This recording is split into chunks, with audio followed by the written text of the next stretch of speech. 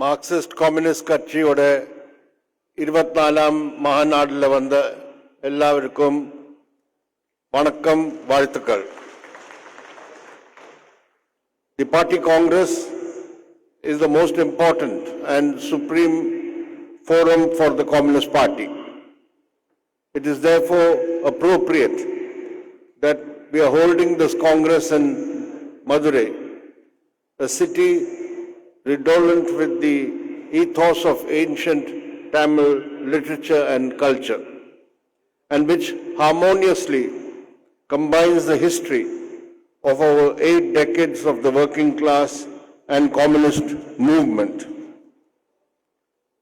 On this occasion, we remember the outstanding leaders of the communist movement, P. Ramamurthy, K.T.K. Thangamani, N. Shankaraya, and K.P. Janaki Ammal.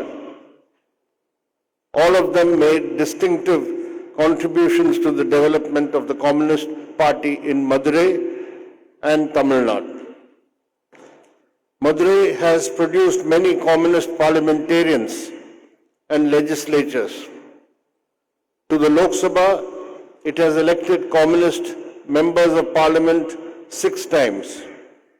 K.T.K. Thangamani in 1957, P. Ramamurthy in 1967, P. Mohan in 1999 and 2004, and the current incumbent Su Venkatesan 2019 and 2024. Since the formation of the communist unit in Madurai in 1940, generations of communists have worked among the workers, peasants, and agricultural workers to build the party and the movement. We remember their contributions of all these communist men and women. I salute the memory of our martyr, Comrade Leelavati, a municipal councillor of the party in the city, who was killed by local criminal elements in 1997 for defending the people's interests. There are other innumerable martyrs produced in Madurai who sacrificed their lives in the cause of the working class. But there are so many, but I cannot name them all. There are on the dais 5 comrades who attended the 9th Congress of the CPIM held in Madurai in this very grounds, Tamugam grounds, 53 years ago. They are Comrade S. Ramachandran Pillai, Comrade Pinarayi Vijayan, Comrade Biman Basu, Comrade Manik Sarkar, and Comrade N. Ram. All of them are on the dais who attended the 9th Congress as delegates. This party Congress is being held at a poignant moment for us. The General Secretary of the party, Comrade Sitaram Yechuri, under whose leadership the preparations for the party Congress began, is no more with us. Faced with the unexpected situation, the Politburo and the Central Committee have worked collectively and unitedly to fulfill all the work for the holding of the 24th Congress. We shall forever cherish Comrade Sitaram's distinctive contributions to the theory and practice of Marxism. Comrades and friends, the main job of the Party Congress is to formulate a political tactical line which will set the direction for the party's political work. For this, it is necessary to have an accurate grasp of the essence of the political situation today, the class nature of the government and the ruling party, and the balance of class forces that exist. This exercise at times can be a complex one. However, at the present moment, it is relatively simple. Just ask three questions. Firstly, who claims to be the friend of Donald Trump? Second, who is the close friend of Gautam Adani and Mukesh Ambani? And third, who owes total loyalty to the Rashtriya Swayam Sevak Sangh? The answer to all these three questions is the same: Narendra Modi and the Bharatiya Janata Party. Prime Minister Narendra Modi and his government represent the Hindutva corporate nexus that is closely allied to US imperialism. It is the BJP, RSS and the Hindutva corporate nexus underpinning it that needs to be fought and defeated.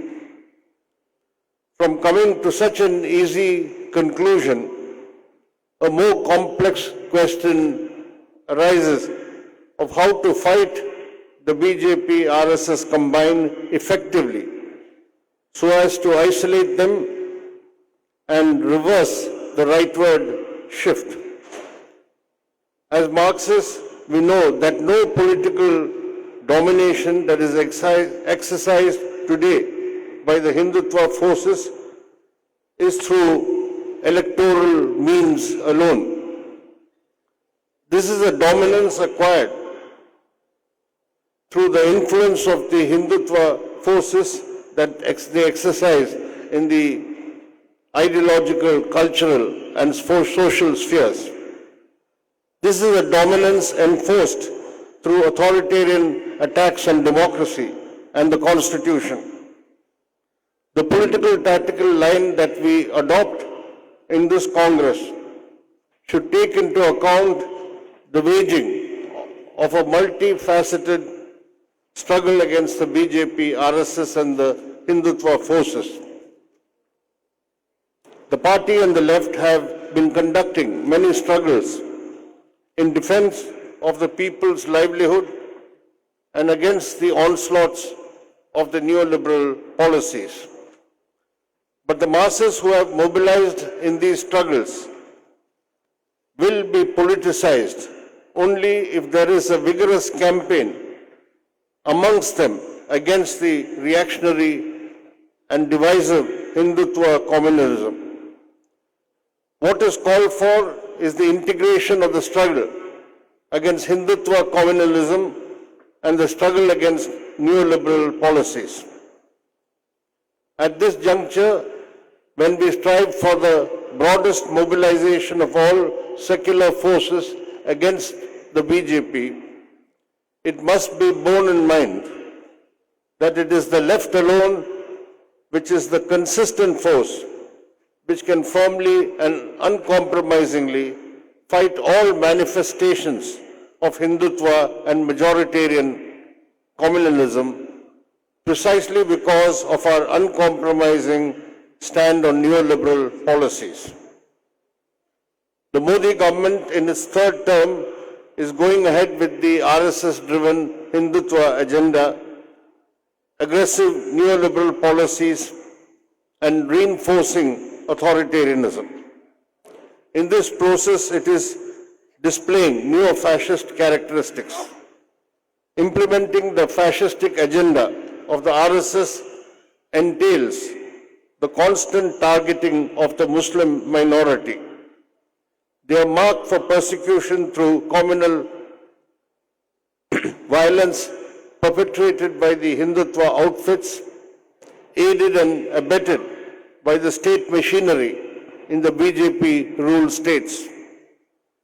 This state of perennial violence and intimidation directed against the Muslim community is part of the drive to create a permanent communal divide and to effect a pan-Hindutva consolidation.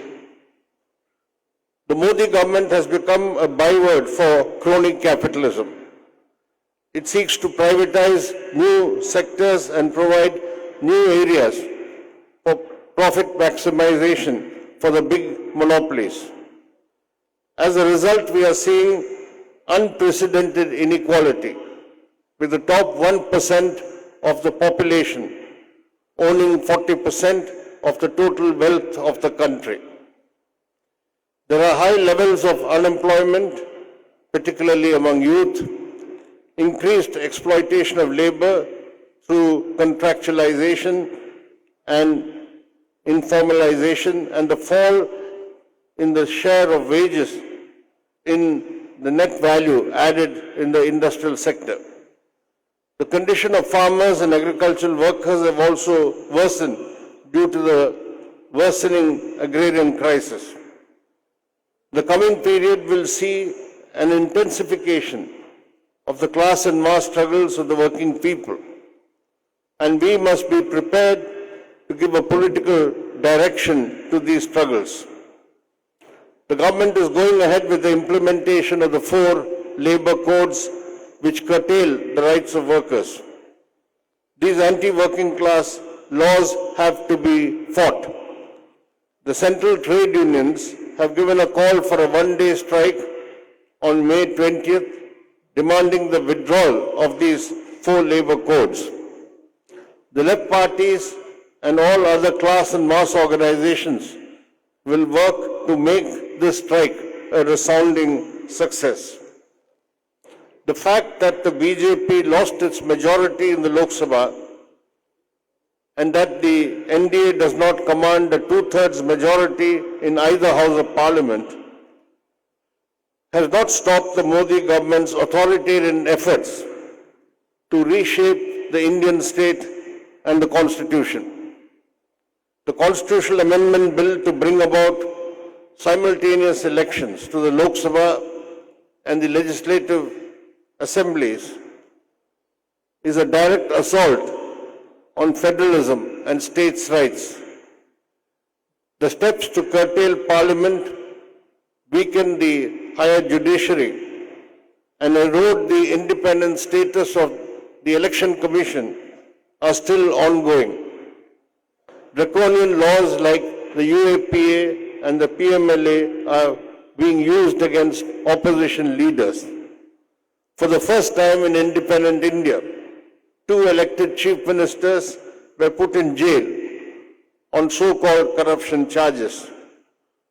The authoritarian centralization drive, trampling upon the federal principle and are trampling upon the federal principle and the rights of the states.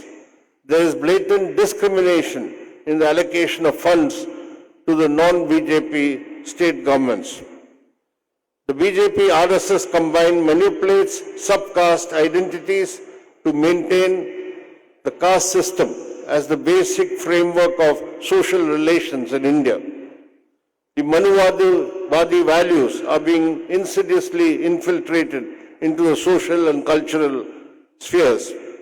The fight against the Manuvadi patriarchal system, which attacks the rights of women, Dalits and Adivasis, are an integral part of the struggle against the Hindutva forces. The party Congress will be addressing the prime issue of how to increase the independent strength of the CPIM. Taken the country as a whole, there has to be a planned effort to launch local struggles on class and mass issues, build the party at the grassroots, and streamline the functioning of the party organization. The LDF government in Kerala has been in the forefront in opposing the anti-people policies of the central government. Because the LDF government has sought to implement alternative policies, it is facing hostility and discrimination by the union government. The ongoing struggle in defense of federalism and states' rights by the LDF and the people of Kerala is an important part of the All India fight in defense of federalism and against authoritarianism. Comrades and friends, the Trump presidency signals a new chapter in the saga of US imperialism. Here is a more naked form of imperialist aggrandizement, territorial annexation, and squeezing the resources of even close allies is the norm. Trump is supporting Netanyahu's plan to obliterate the Palestinians from Gaza. Trump is taking aggressive steps against many countries of the global south. Despite all these, Prime Minister Modi remains supine and proclaims his fealty to Trump. The repercussions for our country are going to be severe. The Modi government is already surrendering India's vital interests on tariffs, on purchase of energy supplies and military equipment. A new front is opening up against the Modi regime and its close embrace of America. The CPIM and the left will be in the forefront against any compromising of India's sovereign interests. We must go forth and rouse the people against imperialist depredations and the servile attitude of the BJP rulers. US imperialism under Trump will launch new attacks through economic and trade wars, political and military interventions on countries around the world.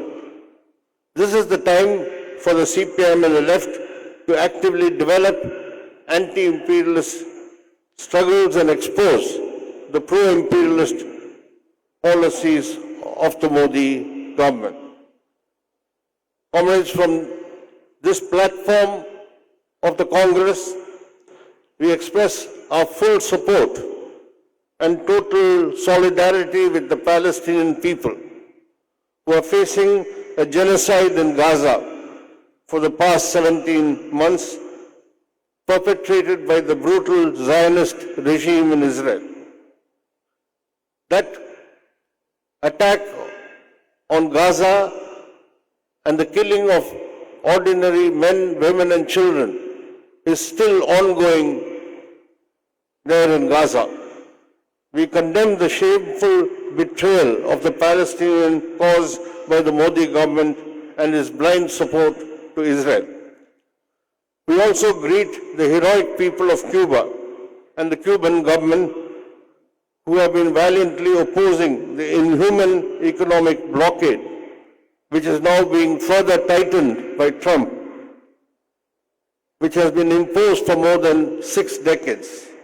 We will always stand in support with socialist Cuba. Comrades and friends, this is the time to strengthen left unity and expand left intervention. The left is the only consistent force against neoliberal capitalism and who firmly defend the interests of the working people. It is the left which has the ideological wherewithal and convictions to fight and counter Hindutva neo-fascism. It is only the left which can lead the fight against the imperialist designs on our country. The CPIM will work with all left forces to go forward towards the building of a left and democratic alternative. The CPIM will also renew its commitment to join hands with all secular and democratic forces to forge the broadest unity so that the struggle against the BJP RSS can be successfully concluded. From Madurai, let this call go out loud and clear. All left democratic and secular forces should unite to push back the dark forces of reaction. Let us work together to build a new India on secular, democratic and progressive lines towards people's democracy and socialism. Thank you.